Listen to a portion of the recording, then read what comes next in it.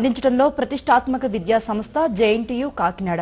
JNTU Kakinada అందిస్తున్న engineering కొత్త కోర్సులు ఏంటి, వాటి డిమాండ్ ఏ విధంగా ఉంటుంది, ఫ్యూచర్ లో వాటి ఉపాధి అవకాశాలు ఏ విధంగా ఉంటాయి అనే వివరాలు అందించడానికి మనతో పాటు జేఎన్టీయూ కాకినాడ విసి డాక్టర్ అల్లం అప్పారావు గారు ఉన్నారు. వారితో మాట్లాడదాం. మీకు ఇంజనీరింగ్ కోర్సుల గురించి ఎటువంటి సందేహాలున్నా స్క్రీన్ మీద కనిపించే నంబర్లకు ఫోన్ చేయండి. గుడ్ ఈవినింగ్ అప్పారావు గారు. సార్, అసలు కాకినాడ జేఎన్టీయూ ఎప్పుడు ఆవిర్భవించింది, ఈ విద్యా సంస్థ గురించి చెప్పండి. 1946 సంవత్సరంలో అప్పుడు ఉన్న గిండి ఇంజనీరింగ్ కాలేజీకి అనుబంధంగా కాలేజ్ ఆఫ్ ఇంజనీరింగ్ వైజాగ్పట్నం అనే పేరుతో కాకినాడలో అప్పుడు ఉన్న ఈ వార్ షెడ్స్లో స్టార్ట్ చేశారు. తర్వాత 1972లో ఒక యూనివర్సిటీ కాన్స్టిట్యూంట్ కాలేజీగా రూపుదిద్దుకుంది. 72లో రూపుదిద్దుకున్నప్పుడు అనంతపురం ఇంజనీరింగ్ కళాశాల, కాకినాడ ఇంజనీరింగ్ కళాశాల, నాగార్జున సాగర్ కళాశాల ఒకటి ఉండేది. దానికి అప్పుడు నాగార్జున సాగర్ దగ్గర పెడదాం అనుకున్నది, అవకాశం లేక హైదరాబాద్లో మాసప్ ట్యాంక్లో పెట్టారు. ఈ మూడును కాన్స్టిట్యూంట్ కాలేజ్ అంటాం. ఇలాగే 72లో యూనివర్సిటీ కంబైన్డ్ యూనివర్సిటీ ఏర్పడింది. 2008లో రాజశేఖర రెడ్డి గారి ప్రభుత్వం మరింత ప్రతిష్టాత్మకమైన సాంకేతిక విద్యను అందించాలనే ఉద్దేశంతో, ఎందుకంటే కళాశాల సంఖ్య కూడా ఇచ్చేయింది. సో 3 ప్రాంతాలకి 3 యూనివర్సిటీలు, కాకినాడ కేంద్రంగా శ్రీకాకుళం నుంచి ప్రకాశం జిల్లా వరకు విస్తరించిన కోస్తా జిల్లాల 8కి కేంద్రంగా కాకినాడ కళాశాలని విశ్వవిద్యాలయంగా అప్గ్రేడ్ చేశారు. ఓకే, అల్లం అప్పారావు గారు, అంటే జేఎన్టీయూ కాకినాడలో ఏ కోర్సులు ఉన్నాయి? అంటే ఆల్ ఇంజనీరింగ్ కోర్సెస్ ఉన్నాయి. ఇక్కడ చెప్పాల్సింది ఏంటంటే కాకినాడ యూనివర్సిటీకి అనుబంధంగా సుమారు 300 కళాశాలలు ఉన్నాయి. 300 అనుబంధ కళాశాలలో కోర్సెస్ ఆఫర్ చేస్తూ ఉంటాం. అది ఏఐసిటి కొంత ప్రమాణాలు రూపొందిస్తుంటుంది. అందులో ఇంచుమించు మాకు 13-14 కోర్సెస్ ఉన్నాయి. తర్వాత సంబంధిత కళాశాల అంటాం, అంటే క్యాంపస్ కాలేజ్ అంటాం. మాకు విజయనగరంలో ఒక క్యాంపస్ కళాశాల ఉంది, అలాగే కాకినాడలో ఒక క్యాంపస్ కళాశాల ఉంది. ఈ 2 కళాశాలలోని మనకి ట్రెడిషనల్ ఇంజనీరింగ్ కోర్సెస్ అన్నీ ఉన్నాయి. అంటే civil, electrical, mechanical, ECE, computer science. ఇది కాక కొత్తగా కొన్ని ప్రయోగాలు చేస్తున్నాం. ముఖ్యంగా ఈ పీసీపీఐఆర్ వస్తున్న దృష్ట్యా, అలాగే రిలయన్స్ ఇండస్ట్రీస్ వస్తున్న దృష్ట్యా, గ్యాస్ ఆధారిత పరిశోధనలు వస్తున్న దృష్ట్యా కొత్త కోర్సులు, BTech petroleum technology, BTech petrochemical engineering, అలాగే ఈ MS sports science and technology, ఇలా కొత్త కోర్సెస్ రూపొందించాం. ఈ మధ్యకాలంలో నేను మీ తెలుగులో ఏమంటారో తెలియదు, నాన్ ట్రెడిషనల్ ఇంజనీరింగ్ కోర్సెస్ కాకుండా ఇన్ఫ్రాస్ట్రక్చర్ ఇంజనీరింగ్, కన్స్ట్రక్షన్ మేనేజ్మెంట్, వీటి మీద కూడా దృష్టి సారిస్తున్నాం. ఓకే, జేఎన్టీయూ కాకినాడలో ఈ మధ్య కొత్తగా ఏదైనా ఇంజనీరింగ్ కోర్సులు ప్రవేశపెట్టడం జరిగిందా? అవి ఏ కోర్సులు సార్? నిన్న కాక మొన్న ఈ షీ ఫౌండేషన్ అని ఒక social health and education organisation ఒకటి ఉంది. వాళ్ళు యూరోపియన్ కంట్రీస్లో చాలా మంచి వర్క్ చేస్తున్నారు. ముఖ్యంగా యూరోపియన్ యూనివర్సిటీస్ని మన విశ్వవిద్యాలయం తీసుకురావడానికి, అలాగే యూరోపియన్ యూనివర్సిటీకి మన యూనివర్సిటీలకి మన విద్యార్థులను పంపించడానికి చాలా కృషి చేస్తున్నారు. అలాగే స్వీడిష్ యూనివర్సిటీ బెకెంజీ ఇన్స్టిట్యూట్ ఆఫ్ టెక్నాలజీ అంటారు, వాళ్ళతో కూడా ఒప్పందాలు కూర్చుకున్నాం. అలాగే university of high seas and islands అని బ్రిటిష్ యూనివర్సిటీ, దాంతో కూడా ఒప్పందాలు చేసుకున్నాం. అలాగే అమెరికాలో సెంట్రల్ మిషిగన్ యూనివర్సిటీ, అలాగే కెనడాలో కెనడా యూనివర్సిటీ వెస్ట్ అని వాళ్ళతో కూడా ఒప్పందాలు కూర్చుకున్నాం. Okay, right sir. First caller మాట్లాడడానికి సిద్ధంగా ఉన్నారు, రాజు గుంటూరు నుంచి. రాజు గారు మాట్లాడండి, మీ సందేహం ఏంటో చెప్పండి.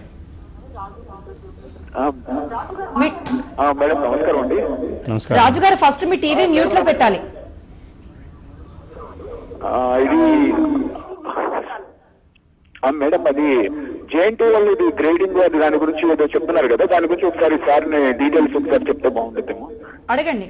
గ్రేడింగ్ అంటే ఇంజనీరింగ్ కాలేజెస్ కి గ్రేడింగ్ అన్నారు కదా, ఆ గ్రేడింగ్ దాన్ని బట్టి ఏంటి మేడం, అంటే ఇంజనీరింగ్ కాలేజెస్ బెస్ట్ దేన్ని బేస్ చేసుకుని, అంటే ఫెసిలిటీస్ అట్లాంటివి ఒకసారి చెప్తారేమో అని. అంటే గ్రేడింగ్ విధానం యూనివర్సిటీ తరఫునే కాకుండా ప్రభుత్వం తరఫున కూడా యోచన చేస్తుంది రాజుగారు. ఇప్పుడు ఏంటంటే మౌలిక సదుపాయాలు ఉన్న ఉపాధ్యాయుల తాలూకా శక్తి సామర్థ్యాలు వీటన్ని దృష్టిలో పెట్టుకొని గ్రేడింగ్ విధానాన్ని చేద్దామని ప్రభుత్వమే సంకల్పిస్తోంది. మేము కూడా దాన్ని ఫాలో అవుదాం అనుకుంటున్నాం. Right sir. మరో కాలర్ వెంకటేష్ కాకినాడ నుంచి. వెంకటేష్ గారు madam good evening madam. Good evening. అడగండి మీ ప్రశ్న ఏంటో. Sir good evening sir. చెప్పండి వెంకటేష్. సార్ యూనివర్సిటీ చాలా బాగుంది సార్. థ్యాంక్ యూ ఎడ్యుకేషన్ కూడా చాలా బాగుంది sir. Thank you very much. Okay sir. Sir ఇప్పుడు స్టూడెంట్స్ అంటే 10 years నుంచి సిలబస్ సేమ్ సిలబస్ వస్తుంది సార్. సిలబస్ ఏమన్నా మార్చే అవకాశం ఏమన్నా ఉంటుంది? మారుస్తున్నామండి. కింద ఏడాదే మార్చాం. మీరు చూసే ఉంటారు, మీరు కాకినాడ వాళ్ళు కాబట్టి. కెమిస్ట్రీని ప్రవేశపెట్టాం లాస్ట్ ఇయర్ నుంచి. అలాగా ప్రతి ఏడాది సిలబస్ మార్చుకుంటూ పోతున్నాం. ఇప్పుడు మన విశ్వవిద్యాలయానికి ఉన్న కొత్తదనం ఏంటంటే ఎవ్రీ ఇయర్ సిలబస్ చేంజ్. అంటే మీరు ఫస్ట్ ఇయర్లో చేరారనుకోండి, 4వ ఏడాది అయిన తర్వాత ఎటువంటి విజ్ఞానం విద్యార్థులకు కావాలో ఆ విజ్ఞానం అందించే దిశగా కృషి చేస్తున్నాం. దాని ప్రకారం సిలబస్ మారుస్తున్నాం. Right sir. మరో కాలర్ భరత్ విజయవాడ నుంచి. భరత్ గారు అడగండి మీ ప్రశ్న ఏమిటో.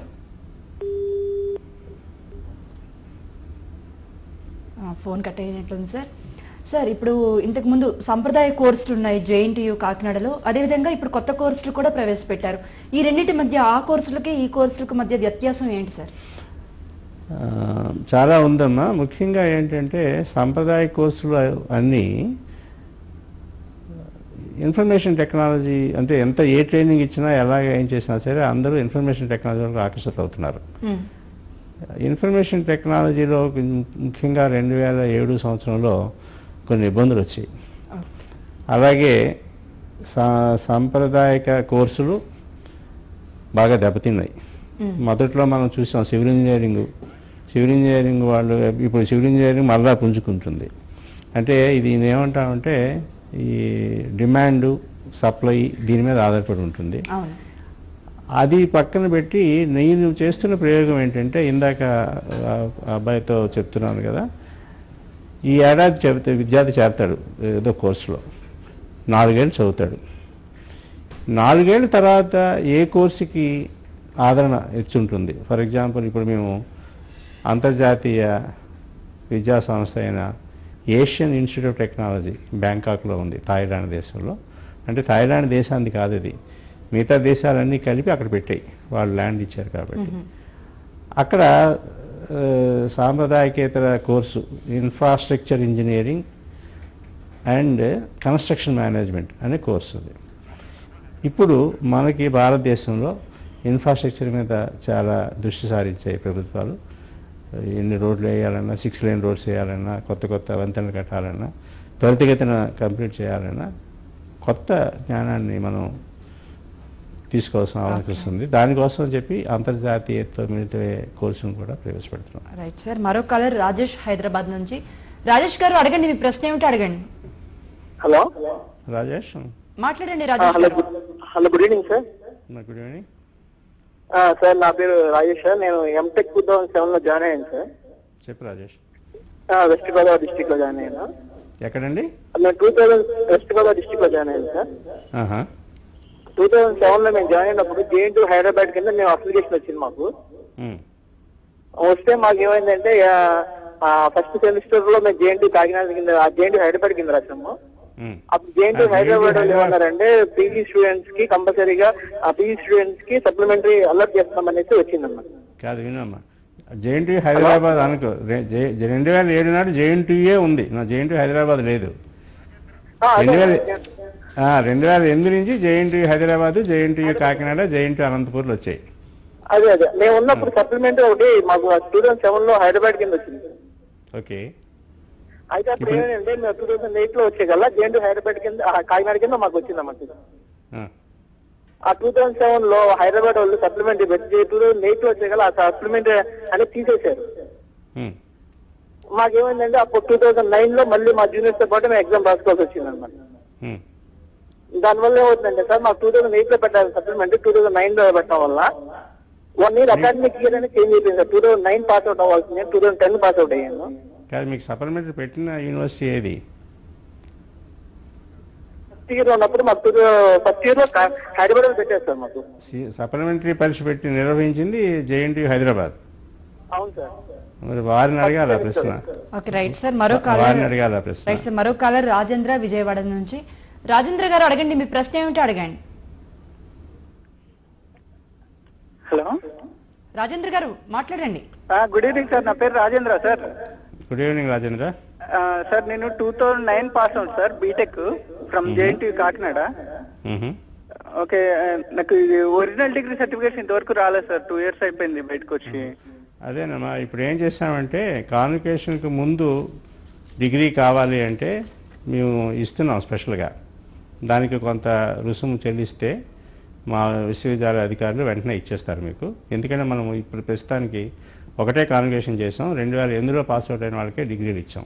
మీకు ఒరిజినల్ డిగ్రీ కావాలి అంటే సంబంధిత అధికారిని సంప్రదించవచ్చు. ముఖ్యంగా మా వెబ్సైట్ jntuk.edu.in చూస్తే మీరు ఎవరిని సంప్రదించాలో కూడా వివరాలు ఉంటాయి. వారిని సంప్రదించి మీరు మీ డిగ్రీ పొందవచ్చు. Right sir. అప్పారావు గారు, అంటే మీరు చెప్పారు ఎంఎస్ స్పోర్ట్స్ మెడిసిన్ వంటి కొత్త కోర్సులని, ఇంకా ఏ కొత్త కోర్సులు కాకినాడ జేఎన్టీయూ అందిస్తోంది? న్యూక్లియర్ ఎనర్జీ ఇంజనీరింగ్ ఒకటి పెట్టామమ్మా. అలాగే ఈ ఎంటెక్ పెట్రోలియం టెక్నాలజీ పెట్టబోతున్నాము. అలాగే ఎంబీఏ పెట్రోలియం టెక్నాలజీ మేనేజ్మెంట్ కూడా పెట్టబోతున్నాం. అంటే ఇందాకే చెప్పాను మీకు, బేసిక్గా మేము చూస్తున్నది ఏంటంటే చాలా పెట్టుబడులు రాబోతున్నాయి ఈ కోస్తా ప్రాంతంలో. మా సుమారుగా 2 లక్షల కోట్ల పెట్టుబడులు రాబోతున్నాయి. ఈ పెట్టుబడులు వచ్చేటప్పుడు ఎటువంటి నిష్ణాతులు ఉన్నారో, లేకపోతే ఎటువంటి విద్యాబోధన జరుగుతుంది ఈ విశ్వవిద్యాలయాల్లో అనే యోచన కూడా చేస్తారు. ముఖ్యంగా మాకు ఇన్ఫోటెక్ అని ఒక కంప్యూటర్ కంపెనీ ఉంది, వాళ్ళు మేము కలిసి కొన్ని ప్రయోగాలు చేస్తున్నాం. అలాగే భారత్ ఎలక్ట్రానిక్స్ లిమిటెడ్ ఒక కంపెనీ ఉంది, వాళ్ళు మేము కలిసి కొన్ని ప్రయోగాలు చేస్తున్నాం. అలాగే హనీవెల్ కార్పొరేషన్ అనే ఒక కంపెనీ ఉంది, వాళ్ళు మేము కలిసి కొన్ని ప్రయోగాలు చేస్తున్నాం. అలాగే మాకు తేజాస్ నెట్వర్క్స్ అనే ఒక కంపెనీ ఉంది, వాళ్ళు మేము కలిసి కొన్ని ప్రయోగాలు చేస్తున్నాం. ముఖ్యంగా మేము చేసే ప్రయోగాలు ఏంటంటే ప్రయోగశాలను ముందు నిర్మించడం. అందులో కేవలం అంటే ట్రెడిషనల్ ఎడ్యుకేషన్ సిస్టమ్లా కాకుండా వినూత్న ప్రయోగాలు చేస్తున్నాం. ప్రయోగశాలల్లో ఒక ఇన్నోవేషన్, ఒక క్రియేటివిటీ విద్యార్థులకు ఉండాలి అనే ఉద్దేశంతో వాళ్ళకి మౌలిక సదుపాయాలు కల్పించి future challenges, engineering challenges of ఏదో 21st century అని మాకు ఉంటాయి కొన్ని, అటువంటివి దృష్టిలో పెట్టుకుని విద్యార్థులు సమస్య పూరణ చేసే విధంగా వాళ్ళని తయారు చేద్దామని ఉద్దేశం. అంటే ముఖ్యంగా ఏ పరిశ్రమ అయినా సరే మా విశ్వవిద్యాలయ విద్యార్థులని వీళ్ళు నిష్ణాతులు, వీళ్ళేమో ఏదో తుప్పు పెట్టిన నాలెడ్జ్ కాకుండా కొత్త కొత్త విషయాలు తెలుసుకుంటున్నారు, ఒక క్రియేటివిటీ తీసుకొస్తున్నారు అనే వర్డ్ని we're trying to spread. Right sir. మరో కాలర్ రామచంద్ర కాకినాడ నుంచి. రామచంద్ర గారు అడిగింది మీ ప్రశ్న ఏమిటో? అప్పారావు గారు నమస్తే అండి. నమస్కారం అండి.